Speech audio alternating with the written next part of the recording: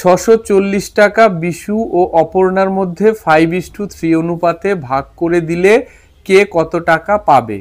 তাহলে ভাগ করতে হবে 640 টাকা আর অনুপাত দেওয়া আছে 5:3। প্রথমে আমরা অনুপাত সমষ্টি বার করব, তারপর বিশু আর অপর্ণার আনুপাতিক ভাগহার বের করব। তাহলে লিখি অনুপাত সমষ্টি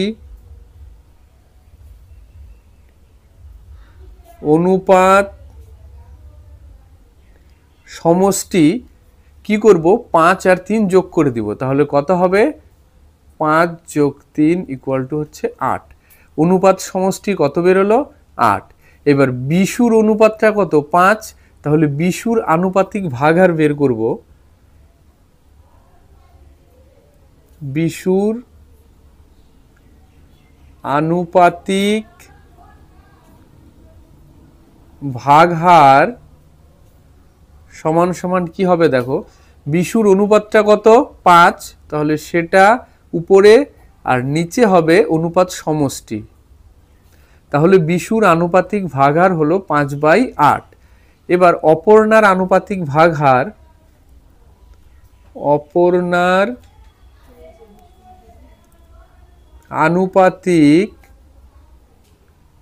ভাগহার সমান সমান কি হবে? অপর্ণার অনুপাত কত? 3। তাহলে অপর্ণার আনুপাতিক ভাগহার বের করতে গেলে 3টাকে উপরে দিব আর অনুপাত সমষ্টিটা হবে নিচে। এইবার 640 টাকায় তাহলে বিশু কত পাবে?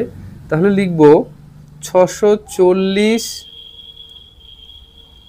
টাকার মধ্যে বিশু পাবে, কি করব, 640 গুণন এই বিশুর আনুপাতিক ভাগহার কত? 5/8। এবার কাটাকাটি করি, 8 দিয়ে কাটলে 8 8 64 মানে 80, আর 5 দিয়ে গুণ করলে 5 8 40, 400 টাকা। তাহলে বিশু পাবে 400 টাকা আর অপর্ণা পাবে কত? 640 থেকে 400 মাইনাস করে দিলেও বেরোবে বা আনুপাতিক ভাগহার দিয়ে করলেও বেরোবে। তাহলে লিখি এবং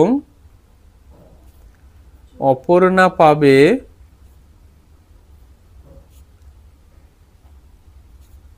কি করব, 640 গুণ অপর্ণার আনুপাতিক ভাগহার 3/8, 8 দিয়ে এটাকে কাটলে 80, 3 দিয়ে 80কে গুণ করলে 3 8 24, 240 টাকা।